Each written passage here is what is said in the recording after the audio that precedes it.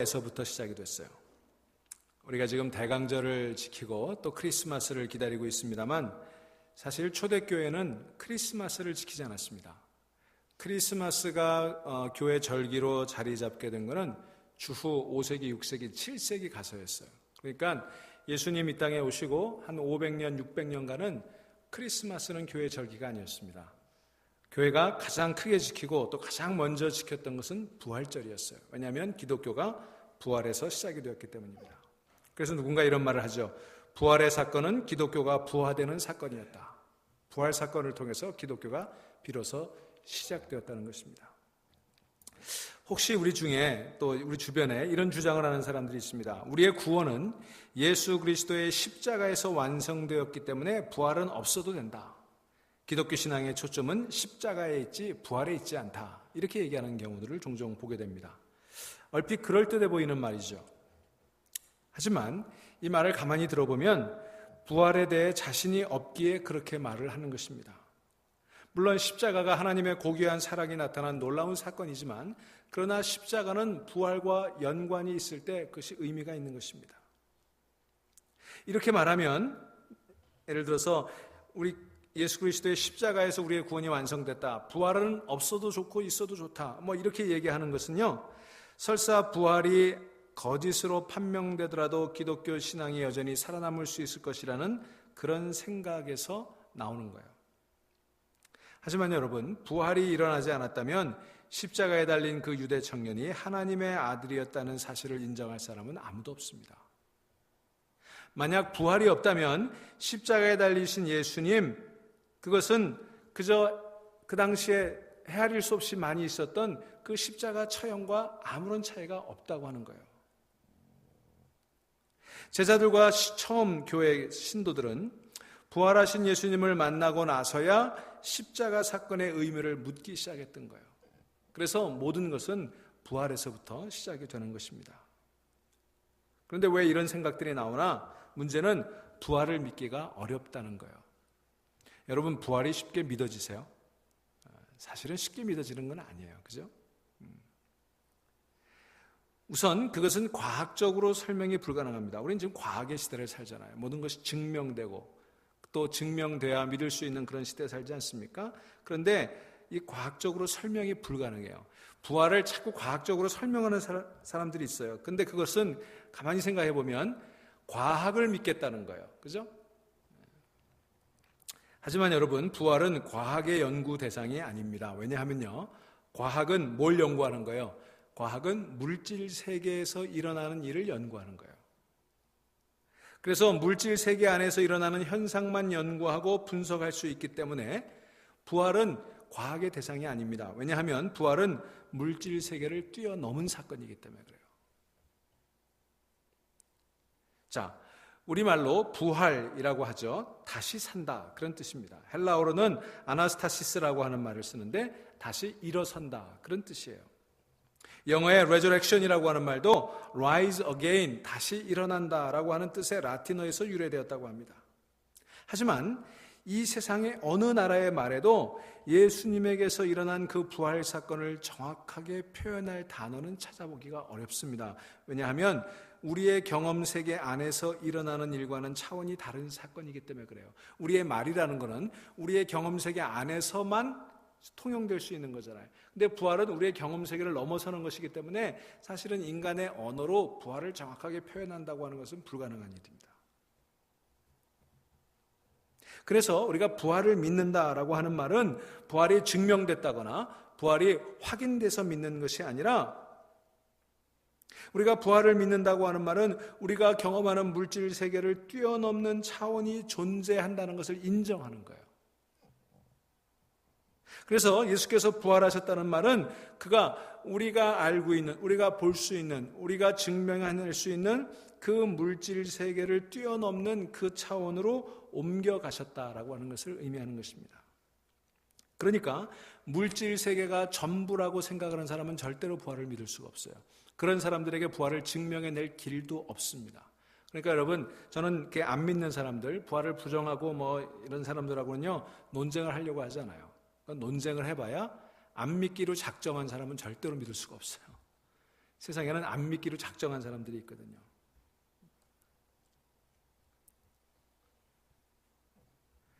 따라서 우리는 부활이 있느냐 없느냐 이거를 가지고 논쟁을 하면 결론이 잘 안 납니다. 그거보다는 사실은 우리가 신경을 써야 되는 건 물질 세계가 전부냐 아니냐, 이게 사실은 먼저예요. 이게 믿어지지 않으면, 우리가 볼 수 있는, 우리가 경험할 수 있는 물질 세계가 세상의 전부가 아니라는 것을 믿지 못하면 부활은 절대로 믿을 수가 없는 것입니다. 그래서 부활 사건이 믿을 만한 것인지 아닌지를 따지려면 부활이 과학적으로 증명될 수 있느냐 없느냐 이걸 가지고 따져서는 안 되고 다른 쪽으로 관심을 돌려봐야 돼요. 즉 예수님의 죽음 이후에 그분과 관련된 사람들, 특별히 제자들이겠죠. 예수님을 따라다녔던 12제자를 포함해서 또 여자 제자들도 있었고 이름이 없는 수많은 제자들이 있었습니다. 그 제자들에게 일어난 변화들을 관찰하는 것이 부활을 우리가 어렴풋하게나마 확인해 볼 수 있는 가장 좋은 방법이에요. 그렇게 되면 죽어 매장된, 우리 장사 지냈다고 우리 지난 시간에 공부해 봤잖아요. 죽어 매장된 예수님에게서 일어난 사건이 무엇이었는지를 우리가 생각해 볼 수 있게 되는 것입니다.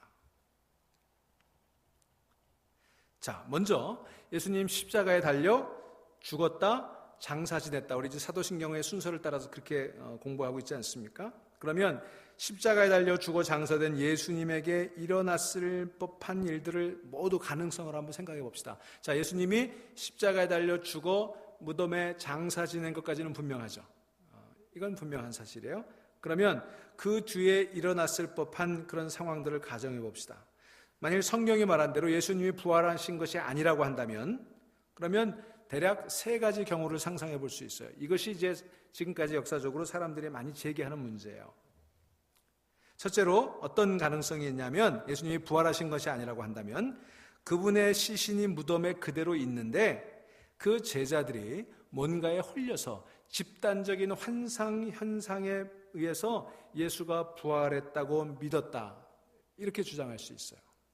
두 번째는 십자가에 달리신 예수님이 사실은 죽은 것이 아니었고 가사 상태, 기절 상태에 들어갔는데 사람들이 죽은 줄 알고 무덤에 갖다 묻었더니 예수님께서 서늘한 무덤 속에서 기력을 회복하고 그리고 다시 이제 무덤문을 열고 나와서 사라진 거다, 이런 주장들이 있었고 또 그런 가능성이 있겠죠.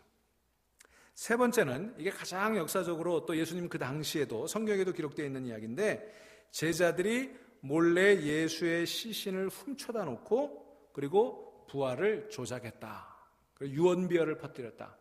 시신을 훔쳐다 놓고는 숨겨놓고 예수님이 부활했다고 유언비어를 퍼뜨렸다.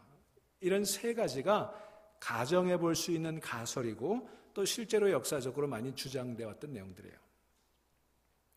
자, 그렇다면 이 3가지에 대해서 한번 살펴보도록 하겠습니다. 첫째로 그분의 시신이 무덤에 그대로 있었는데 제자들이 뭔가에 홀려서 집단적인 환상 현상에 의해서 예수가 부활했다라고 믿었다, 이런 가정에 대해서 한번 생각을 해봅시다. 자, 이 가정에 있어서 가장 큰 문제는 그와 같은 집단적인 환상이 일어날 수 있느냐 하는 데 있어요. 그런 집단적인 현상이 일어나기도 어렵지만 그런 현상이 일어나려면 그들이 집단적으로 뭔가를 간절히 갈망해야 되는 거예요. 예를 들면 여러분, 우리가 헛것을 보는 경우들이 있잖아요. 근데 아무 때나 헛것을 보는 것은 아니죠. 뭔가를 간절히 바라고 뭔가에 굉장히 집착해 있을 때 헛것을 보기도 하잖아요. 그렇죠? 그렇다면 예수가 부활했다라고 그들이 헛것을 보았다면 전제는 그들이 예수가 부활하기를 간절히 바라고 예수가 부활할 수 있을 것이라고 굳게 믿고 있었어야만이 이것이 성립이 된다고 하는 거예요. 하지만 성경 어디에 봐도 사도들과 신도들이 모여서 예수님의 부활을 기다리며 열광적으로 기도했다, 이런 기록들이 나와 있지 않습니다. 여러분, 우리가 복음서를 계속 읽어보면 알 수 있듯이 제자들은 예수님이 부활하실 것이라는 사실을 꿈도 꾸지 않았어요. 오히려 예수님이 내가 다시 살아나신다고 얘기했을 때 그 말이 무슨 뜻인지 이해조차 못했습니다. 여러분 아시죠? 제자들은 전혀 이해조차 못했어요. 그러니까 이해도 못했고 받아들이지도 못했고 믿지는 더더욱 못했어요. 그러니까 그런 제자들, 부활에 대해서는 그 말 뜻이 무엇인지도 모르고 믿지도 않고 이해하지도 못하고 받아들이지도 않았던 그 제자들이 예수님의 부활을 기다리면서 간절히 그것을 소망하고 그러다가 어떤 집단적인 환상, 헛것을 보는 그런 현상에 들어갔다라고 하는 것은 성립이 되지 않습니다. 여러분 아시는 대로 여인들이 와가지고 예수님의 빈 무덤 이야기를 하고 예수님이 살아난 것 같다라고 얘기를 했을 때 제자들이 뭐라고 그랬어요? 안 믿었잖아요.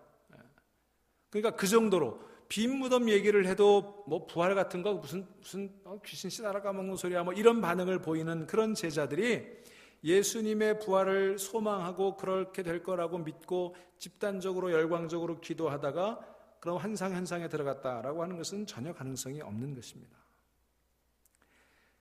100번 양보해서 그런 집단적인 환상을 보았다고 합시다.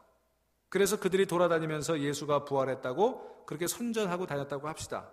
그랬다고 해도 부활의 복음은 얼마 가지 못하고 사라져버렸을 거예요. 왜 그러냐 하면 언제라도 아리마대 부자 요셉의 그 무덤을 열어보면 확인이 될 수 있는 거 아니에요. 그죠? 그러니까 제자들이 예수님은 그냥 무덤에 갇혀 있는데 환상을 봤다면 얼마든지 로마 당국자들이나 유대 회당 당국자들이 그 무덤을 열어서 확인해 볼 수 있었을 거예요. 이 전염병처럼 퍼져가는 예수의 도, 예수가 부활했다 라면서 사람들이 구름대처럼 모여들기 시작했을 때 그 복음이 전파되는 것을 막기 위해 유대교 지도자들이 얼마나 전전긍긍했습니까? 로마의 지도자들이 얼마나 전전긍긍했습니까? 만일 예수님의 시신이 무덤 속에 그대로 있었다면 얼마나 쉬워요. 그죠? 무덤 까보면 되는 거 아니에요.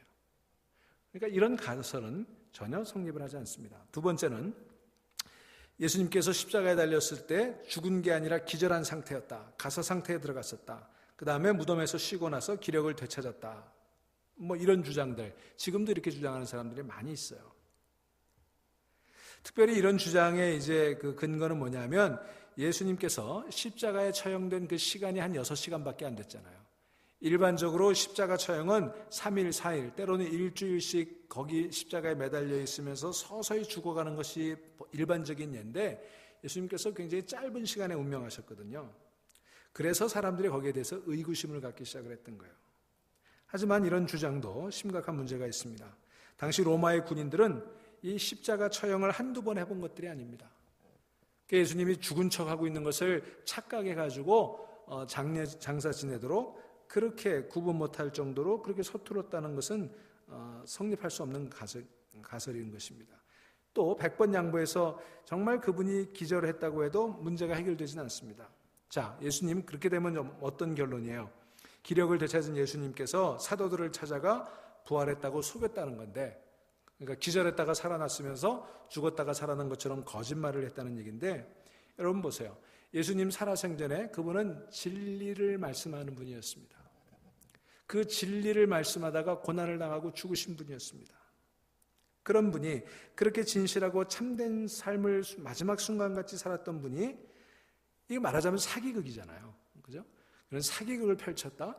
이것은 예수님의 평소에 그분의 삶과 그분의 말씀과 그분의 행동과는 도저히 매치될 수 없는 그런 일들이죠. 또한 제자들도 소생한 것과 부활한 것을 구분하지 못할 정도로 어리석었다고 생각하는 것은 참 넌센스인 것입니다. 이것은 한마디로 말하면 예수님을 사기꾼 정도로 취급하고 제자들과 사도들을 분별력 없는 얼간이로 간주하지 않고서는 성립할 수 없는 이야기가 되는 것입니다.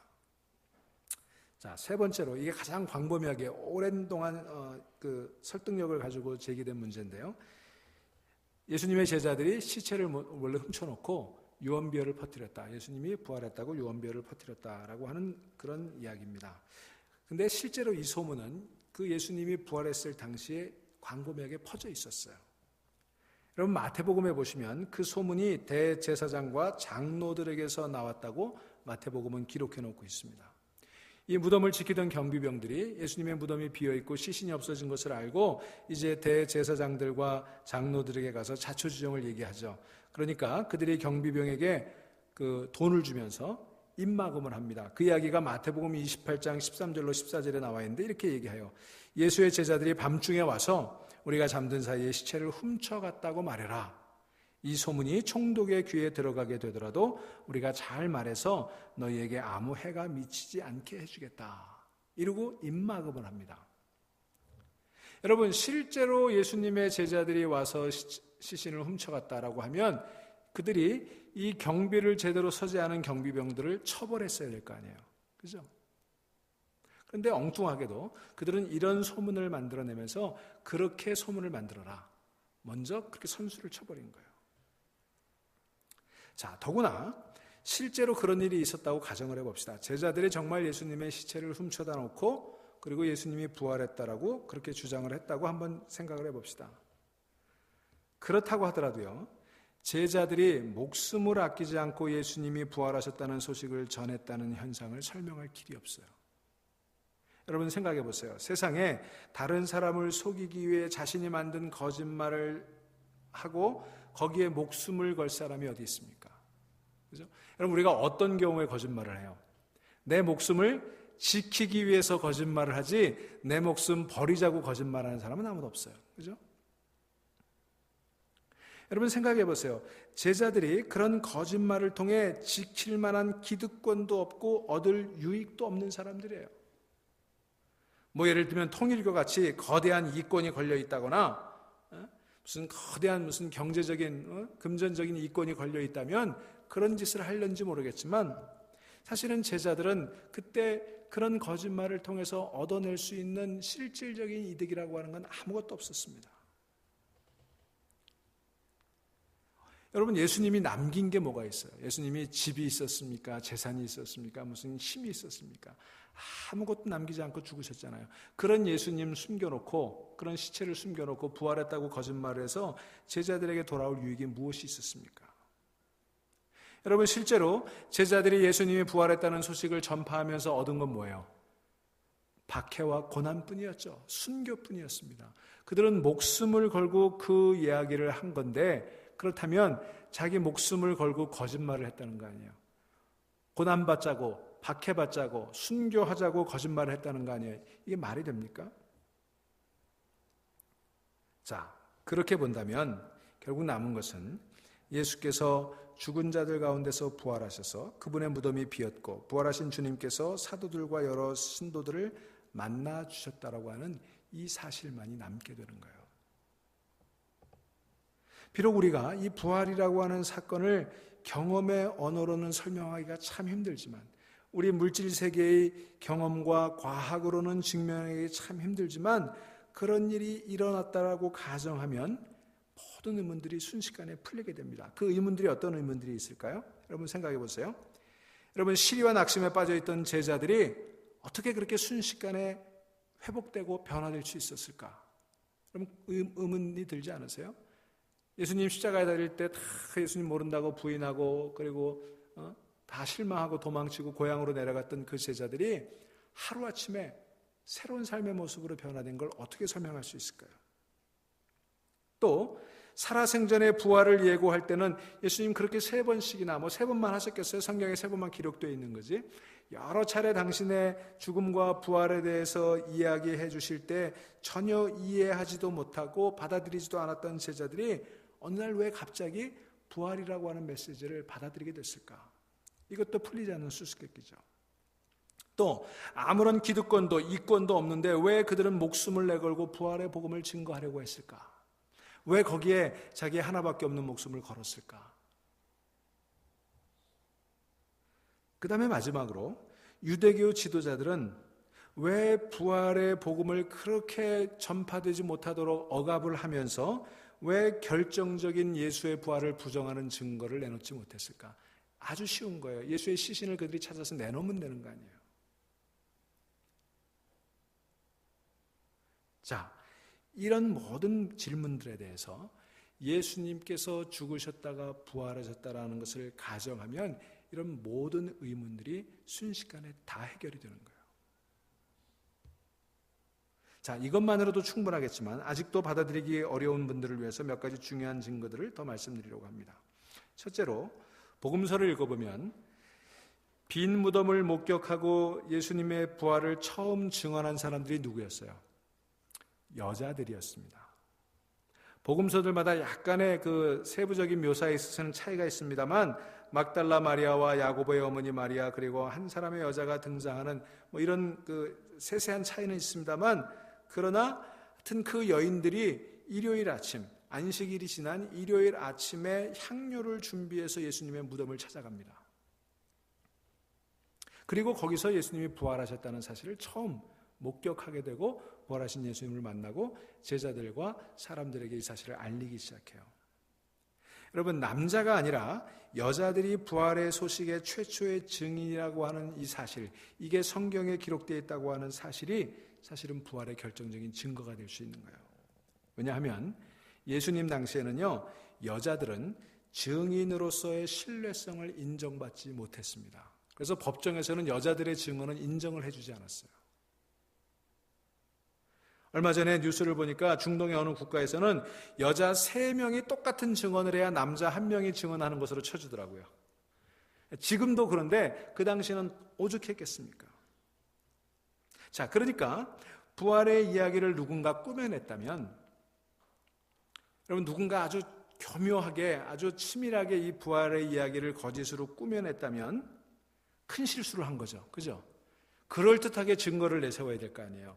그럴듯하게 증거를 내세우려면 신빙성 있을 만한 사람들을 부활의 첫 증인으로 세웠어야 될 거 아닙니까? 근데 하필이면 사람들이 증거의 능력을 인정해 주지 않는 여자들이 첫 부활의 증인이라고 기록해 놓고 있을까? 그것도 네 복음서가 공통적으로 그렇게 얘기하고 있다는 거예요. 아마 복음서 저자들 중에는 빈 무덤 이야기를 이제 그들도 듣고 적은 거잖아요. 그 빈 무덤 이야기를 적으면서 하필이면 이 중요한 사실을 왜 하필이면 여자들이 처음 봤다고 이렇게 돼 있을까? 이런 생각을 했을지도 모르겠어요. 이거 이렇게 쓰면은 사람들이 안 믿을 텐데, 그죠? 그런 생각을 했을 거 아니에요. 그럼에도 불구하고 하나같이 복음서가 그 여성들의 부활 증언의 첫 목격자라고 기록하고 있는 것은 달리 설명할 길이 없어요. 실제로 그랬기 때문인 거예요. 실제로 그랬기 때문에. 두 번째로 또 우리가 한 가지 생각해 볼 것은 주일 예배의 전통이 시작되었다는 것도 부활 사건에 대한 매우 중요한 증거가 될 수 있습니다. 여러분, 처음 제자들과 처음 신도들은 다 유대교인들이었죠. 유대교에 철저한 사람들이었습니다. 그러므로 그들은 안식일, 즉 토요일에 회당에 가서 예배를 드리는 것을 당연한 일로 여겼던 사람들이었어요. 그들이 예수를 따랐지만 여전히 유대교 신자들이었거든요. 그런데 그 예수를 믿는 유대교 신자들이 안식일 다음 날 일요일에 예배를 위해서 모였다고 성경은 증언합니다. 그들은 가정에 모여서 예수 그리스도의 부활을 축하하고 감사했어요. 사도 바울이 활동할 시기쯤에는 이미 이 주일 예배의 전통이 확고하게 뿌리를 내리고 있었습니다. 그래서 그들은 일요일을 주의 날, 우리가 지금 주일이라고 부르는 로드스데이라고 부르는 이 주의 날이라고 하는 명칭을 이미 그때 정착시켜 놓고 있었어요. 예수 그리스도의 부활은 구원을 완성한 사건이기 때문에 부활하신 날, 즉 주간의 첫날을 귀하게 여기게 됐던 거예요. 그만큼 부활은 그들 마음속에 분명한 사건이었습니다. 나중에 이방인들이 예수를 믿기 시작하면서 점차 안식일 예배보다 주일 예배가 더 귀하게 여기게 되어졌죠. 여러분, 요즘도 보면 안식일 계명을 어기고 주일에 예배를 드리는 것에 대해서 문제 제기를 하고 전투적으로 싸우려는 그런 종파들이 있지 않습니까? 지금도 그런데 그때는 안식일에 목숨을 거는 사람들이 유대교인들이었어요.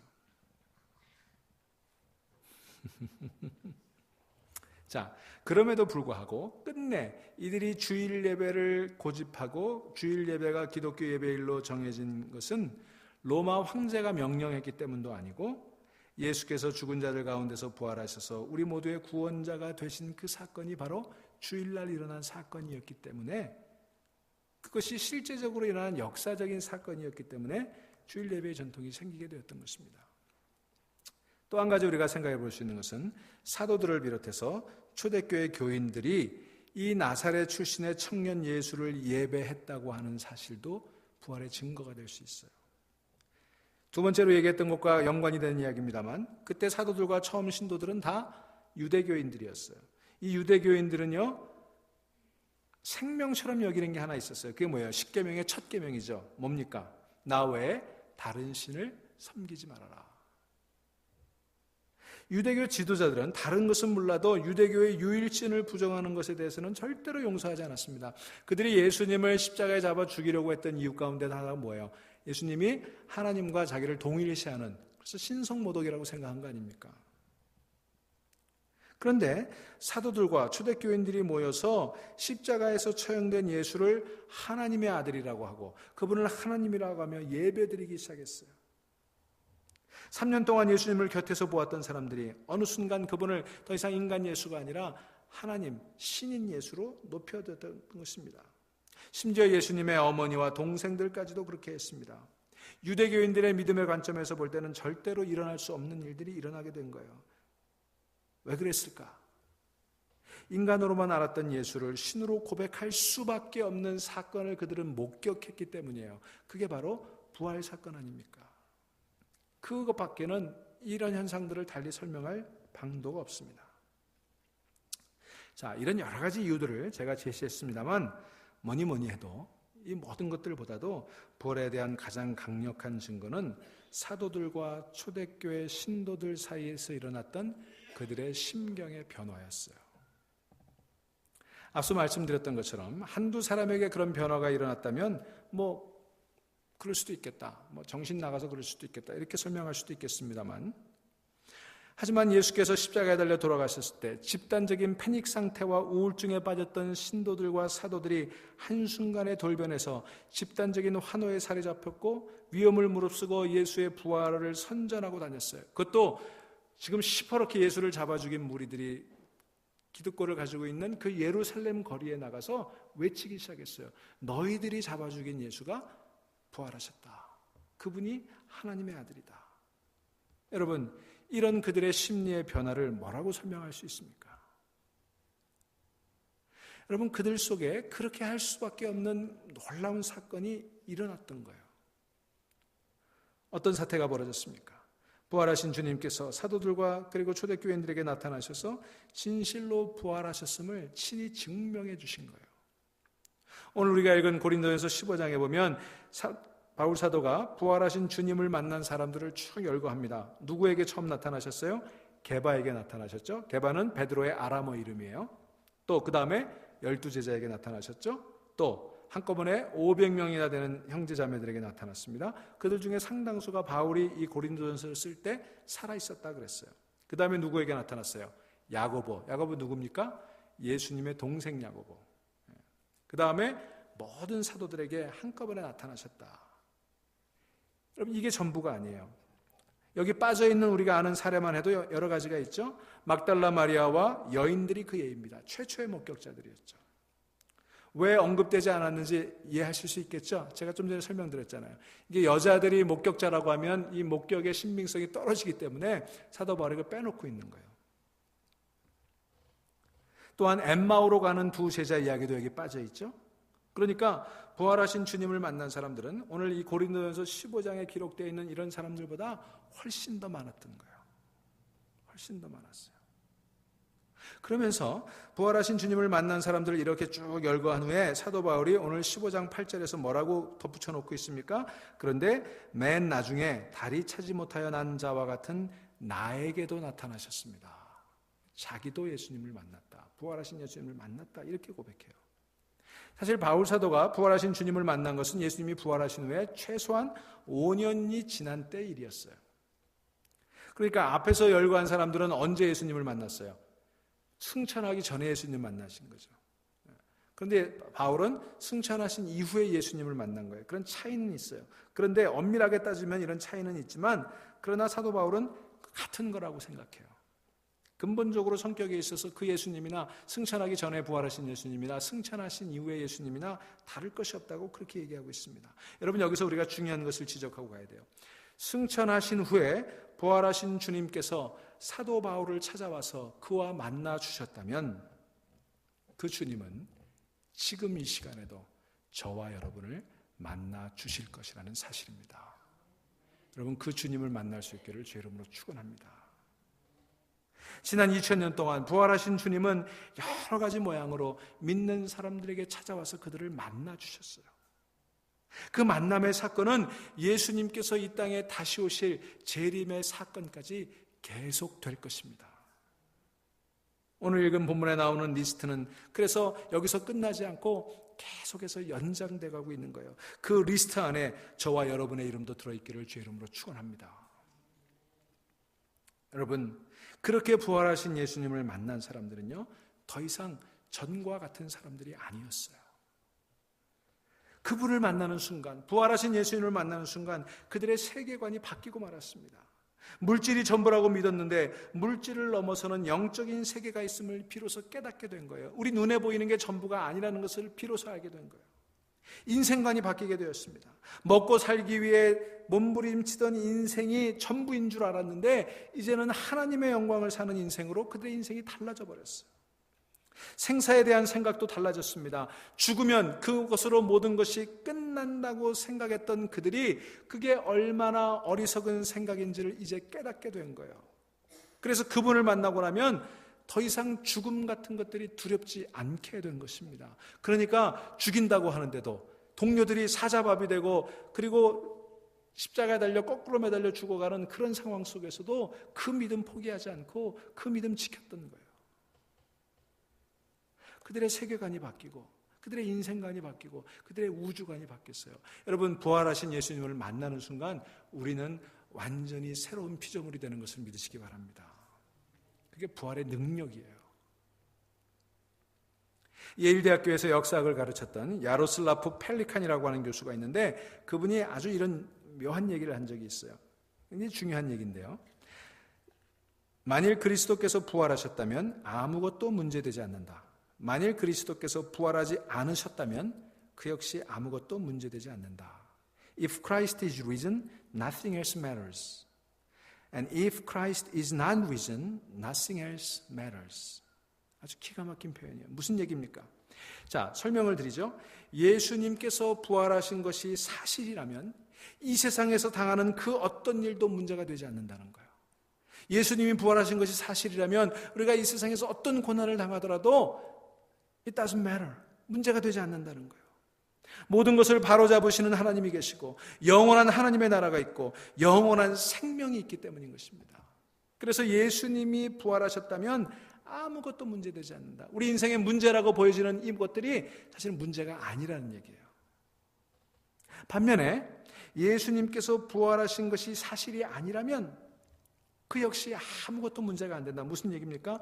모든 것이 의미를 잃어버린다는 거예요.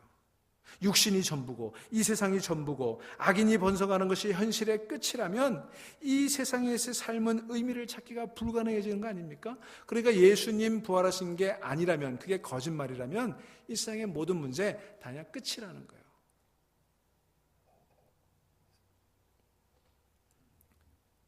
여러분, 사도 바울은 부활을 믿지 않았던 사람이죠. 그는 그런 허무맹랑한 믿음을 전파하는 사람들을 경멸하고 그들을 박멸시키려고 하는 그런 일에 헌신했던 사람이었어요. 하지만 부활하신 주님을 만나고 나서 그는 전혀 다른 사람이 되었습니다. 세상 모든 것이 달라졌습니다. 영원한 생명과 하나님 나라를 보았기에 그에게는 nothing else matters. 아무것도 문제가 되지 않았어요. 고난도 문제가 되지 않았습니다. 그가 질병을 앓고 있었지만 그 질병도 그를 막을 수가 없었어요. 그가 가난했지만 그 가난도 그를 막을 수가 없었어요. 풍랑도 그를 막을 수가 없었어요. 감옥에 갇혀도 그를 막을 수가 없었어요. 사람들이 돌로 쳐서 죽은 것처럼 되어 성 밖에 버리는 그런 상황도 그에게는 문제가 되지 않았어요. Nothing else matters. 아무것도 문제가 되지 않았어요. 유다 총독관저에서 신문을 받게 되었을 때 사도 바울은 그 자리에 와 있던 아그리빠 왕에게 말을 건넵니다. 그러자 아그리빠 왕이 그대가 짧은 말로 나를 설복해서 그리스도인이 되게 하려는가? 라고 허무맹랑하다는 듯이 그렇게 반문을 합니다. 그때 바울 사도가 사도행전 26장 28절에서 이렇게 대답합니다. 짧거나 길거나 간에 나는 임금님뿐만 아니라 오늘 내 말을 듣고 있는 모든 사람들이 이렇게 내가 결박된 것 말고는 다 나와 같이 되기를 원합니다. 라는 아주 굉장한 얘기를 했어요. 나처럼 되기를 원한다. 여러분, 감히 그런 얘기를 어떻게 할 수가 있습니까? 왜 그런 얘기를 할 수 있었어요? 사도 바울은 부활하신 주님을 만난 후에 참된 행복을 맛보았기 때문이에요. 율법자로 살 때는 상상할 수도 없는 그런 영적인 행복을 맛보았기 때문에 그 왕 앞에서 신문받고 갇혀있는 그런 처지에서도 나처럼 되기를 원한다. 그렇게 담대하게 얘기했던 거예요. 그 행복을, 자기가 비로소 깨달았던 그 행복을 다른 모든 사람들이 알았으면 좋겠다고 느꼈던 거예요. 그래서 그는 모든 난관을 헤치고 복음을 전하러 다녔습니다. 예수 그리스도의 부활을 믿지 않는 사람들에게 바울은 다른 증거를 대지 않았어요. 과학적으로 증명하려고 하지 않았습니다. 논리적으로 설명하려고 하지 않았습니다. 바울은 유일한 게 있었어요. 그게 뭐냐 하면 자기 자신에게 일어난 변화였습니다. 나를 봐라. 내가 이렇게 변하지 않았느냐. 내 인생이 이렇게 달라지지 않았느냐. 내가 전에 그렇게 소중하게 여겼던 내 가문도, 내 학벌도, 내 학위도 다 오물처럼 쓰레기처럼 버리지 않았느냐. 그러고도 나는 행복하게 살지 않느냐. 그러니 너희도 나처럼 되기를 원한다. 여러분, 이런 간증이 여러분 삶 가운데 있기를 주의 이름으로 축원합니다. 여러분, 이제 우리가 이 설교 마친 후에 찬송가 162장을 오늘 우리 결단 찬송으로 부르려고 그래요. 부활하신 구세주라고 하는 찬송입니다. 이 찬송은 알프레도 에클리라고 하는 사람이 작사 작곡한 노래예요. 이 에클리는 음악과 신학을 공부한 장로교 목사로 부흥사로도 활동했던 사람이에요.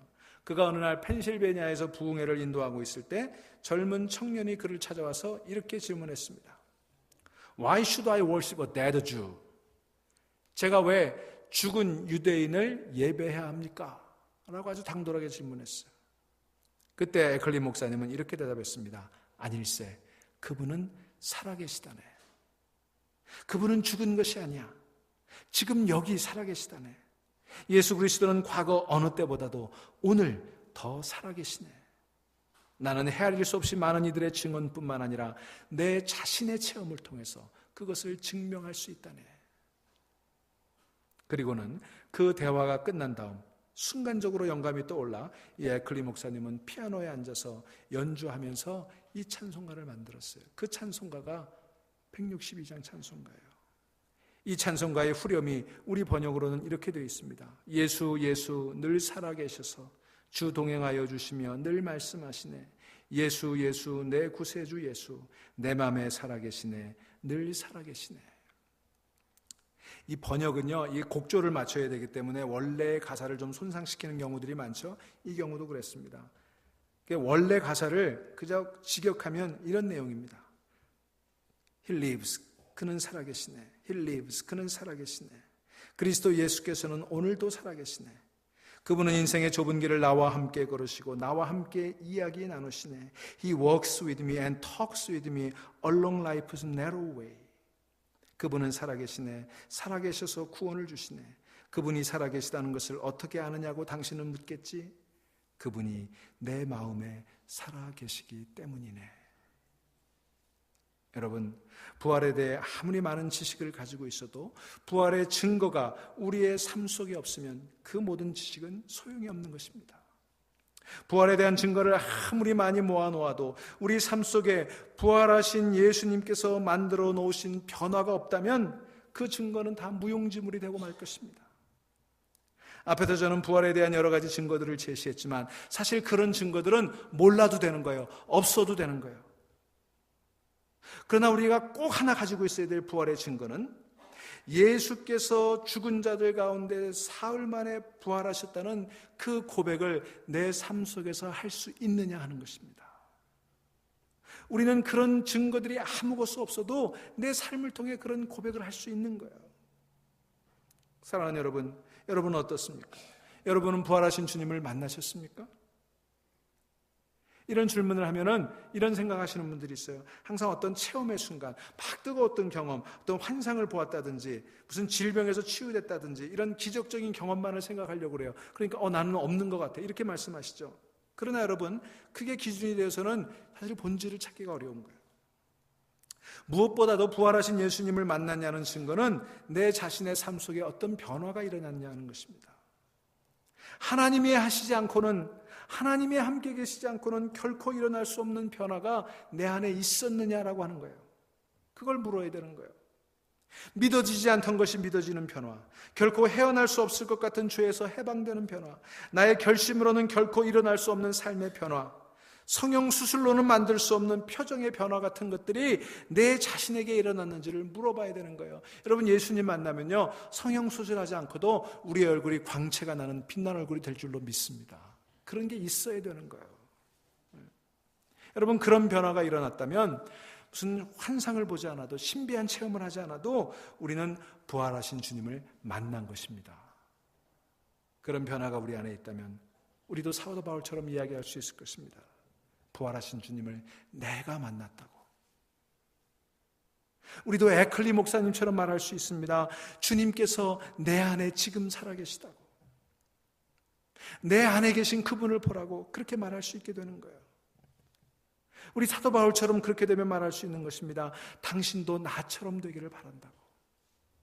다른 것은 몰라도 부활하신 주님을 만나고 그분의 능력으로 변화받기를 원한다고 그렇게 말할 수 있어야 되는 거예요. 사랑하는 여러분, 혹시 여러분 중에 아무리 자신을 돌아보아도 하나님이 하셨다고 할 만한 변화를 찾을 수 없는 분들이 계십니까?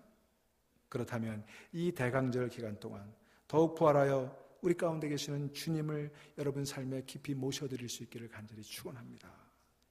그저 상품화되고 캐럴 속에 있는 예수님이 아니라, 백화점 쇼윈도우 속에 있는 예수님이 아니라 부활하셔서 내 삶 속에 살아계신 그 주님을 만나는 이 대강절이 될 수 있기를 바랍니다. 그분이 여러분의 삶의 주인이 되시면 nothing matters.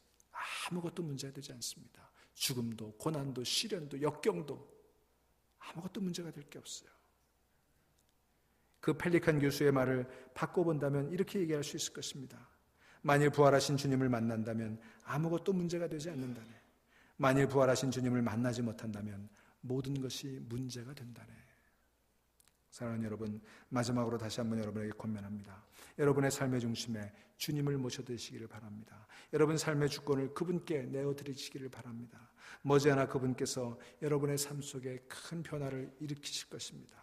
여러분 자신도 믿기 어려운 그 변화를 보면서 정말 주님께서 내 안에 살아계시는구나, 주님이 진실로 부활하셨구나, 그렇게 고백할 날이 곧 오게 될 줄로 믿습니다. 우리 조용히 묵상하십시다.